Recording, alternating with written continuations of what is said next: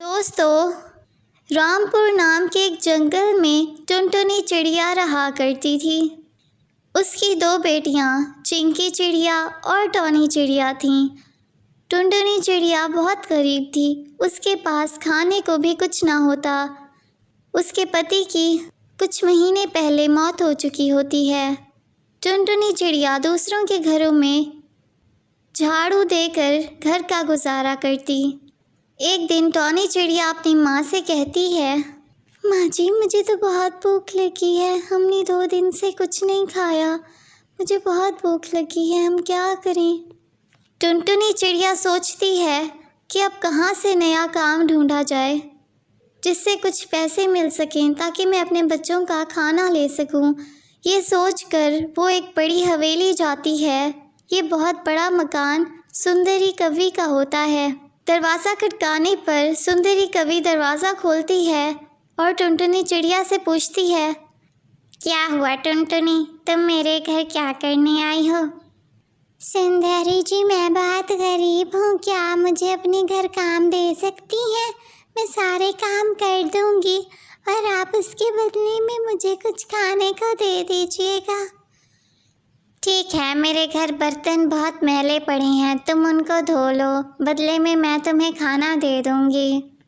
टुनटुनी चिड़िया ये सुनकर बहुत खुश हो जाती है कि चलो यहाँ से तो कोई काम करने को मिला मुझे। वो फ़ौरन सुंदरी कवि के घर जाके उसके सारे बर्तन बहुत अच्छी तरह से धो लेती है।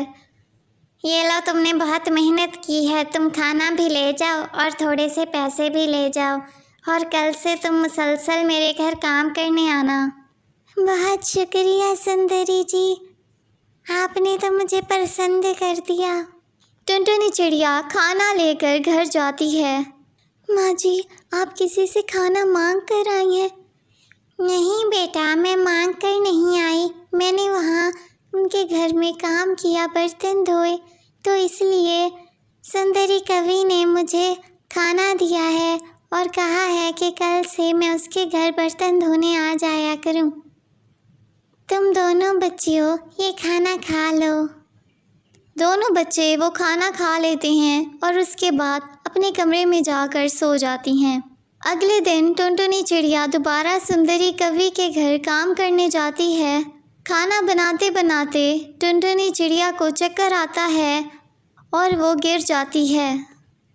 उसका पंख चूल्हे पे जाके लगता है जिससे गरम आग बेचारी टुनटुनी चिड़िया का पंख जला देती है।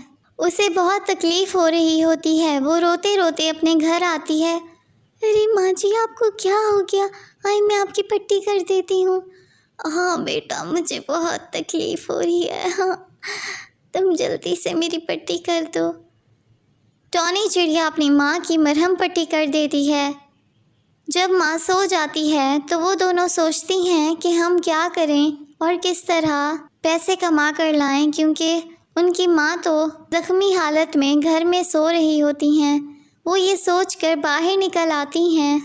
थोड़ा आगे जाकर उनकी नज़र मिट्ठू तोते पर पड़ती है जो लकड़ियाँ काट रहा होता है।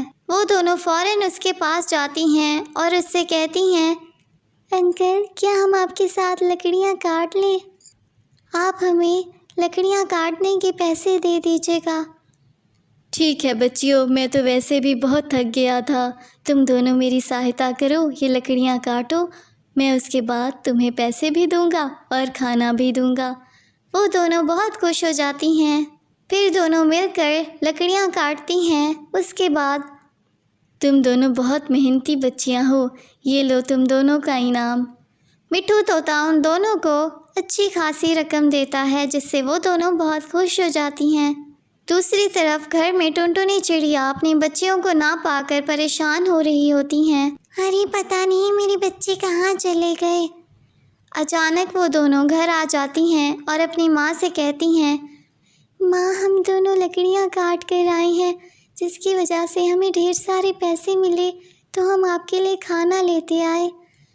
उसके बाद टॉनी चिड़िया अपनी माँ को खाना खिलाती है। प्यारे दोस्तों, इस कहानी से हमें ये सबक मिलता है कि हमें बहुत मेहनत करनी चाहिए। मेरी वीडियो अच्छी लगी तो उसे लाइक करें, अपने प्यारे प्यारे फ्रेंड्स के साथ शेयर करें और मेरे चैनल को सब्सक्राइब करें। शानूनगर नाम के एक जंगल में पिंकी चिड़िया और टॉनी चिड़िया दो बहनें रहा करती थीं। उनके माता पिता 6 महीने पहले ही उनको छोड़कर चले जाते हैं। उन बेचारों का एक दूसरे के अलावा और कोई नहीं होता। वो दोनों बहुत गरीब होती हैं और हमसायों से मांग कर गुजारा करती हैं। एक दिन सुबह पिंकी चिड़िया को बहुत भूख लगती है तो वो अपनी बहन से कहती है, दीदी चलो ना सुंदरी चिड़िया से कुछ खाने को ले आते हैं, शायद वो हमें कुछ खाने को दे दे, मुझे बहुत भूख लगी है। ठीक है चलो चलते हैं। वो दोनों अभी रास्ते में होती हैं कि उन्हें एक रेहड़ी नज़र आती है। सेब ले लो, ताज़े ताज़े कश्मीरी सेब ले लो। वो देखती हैं कि कालू कौवा अपनी रेहड़ी पर सेब बेच रहा होता है। दीदी मुझे भी सेब खाना है, प्लीज़ मुझे सेब ले दो। अरे मैं तुम्हें कहाँ से सेब लेकर दूँ, मेरे पास तो पैसे भी नहीं हैं जो मैं कालू कौवे को दूँ। तुम तो जानती हो हम बहुत गरीब हैं। दीदी प्लीज़ एक बार मेरे कहने पर उससे मुफ्त में सेब मांग कर देखो, शायद वो हमें एक सेब ऐसे ही दे दे। अच्छा चलो ठीक है, तुम कहती हो तो मैं उससे मांग के देखती हूँ। टॉनी चिड़िया कालू कौवे के पास जाती है और उससे कहती है, अरे कालू भैया एक सेब तो देना। कालू कौवा उसको सेब देते हुए कहता है, हाँ हाँ बहन ले लो, 10 रुपए का एक सेब है, बहुत ही मज़ेदार है, मैं कश्मीर के बाग से ताज़ा ताज़ा तोड़ कर लाया हूँ।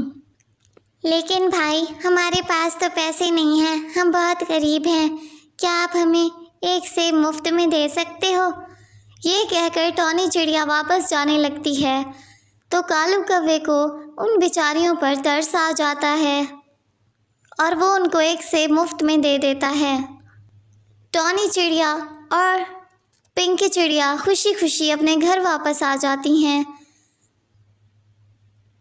पिंकी चिड़िया ने अभी तक सेब नहीं खाया होता।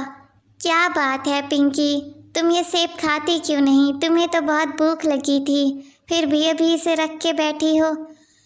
दीदी मैं एक बात सोच रही हूँ, हमारे घर के पिछले बाग में जो इतनी सारी ज़मीन खाली है, क्यों ना हम उसमें ये सेब बो दें, फिर सेब का पूरा दरख्त उगाएगा तो हम उस पर लगे हुए ज़्यादा सेब खा भी सकेंगे और उन्हें बेच भी सकते हैं। अरे क्या पागल हो गई हो? देखो पिंकी, ये सारी बातें फिल्मों और कहानियों में होती हैं, हकीकत से इनका कोई ताल्लुक़ नहीं होता। तुम बस आराम से ये सेब खाओ। लेकिन पिंकी चिड़िया पर अपनी बड़ी बहन टॉनी चिड़िया के समझाने का भी कोई असर नहीं होता। वो फ़ौरन ये सेब लेकर पिछले बाग में जाती है और वहाँ ज़मीन से मिट्टी खोदकर वो सेब उसके अंदर दबा देती है। अगले दिन सुबह उठते ही दोनों बहनें बाग की तरफ जाती हैं। उनकी खुशी का कोई ठिकाना ही नहीं रहता जब वो देखती हैं कि जो सेब उन्होंने बोया था वो अब बहुत बड़ा दरख्त बन चुका है और उस पर ढेर सारे सेब लगे हुए हैं। अरे दीदी देखें तो सही, कितने बड़े बड़े सेब हैं, अब हम इन्हें खाएंगे भी सही और बेच भी आएंगे, फिर हमें पैसे भी मिल जाएंगे। दोनों बहनें पेट भरकर सेब खाती हैं और बाकी बचे हुए सेब मार्केट में बेचने चली जाती हैं। जब वो सेब बेचकर घर वापस आ रही होती हैं तो देखती हैं कि मालिक मकान ने उनके घर का सारा सामान बाहर फेंक दिया होता है। अरे अरे मालिक मकान जी, आप ये क्या कर रही हैं? हमारे घर का सारा सामान बाहर क्यों फेंक रही हैं? देखो टॉनी चिड़िया, 3 महीने हो गए, तुम दोनों बहनों ने मेरे मकान का किराया भी नहीं दिया।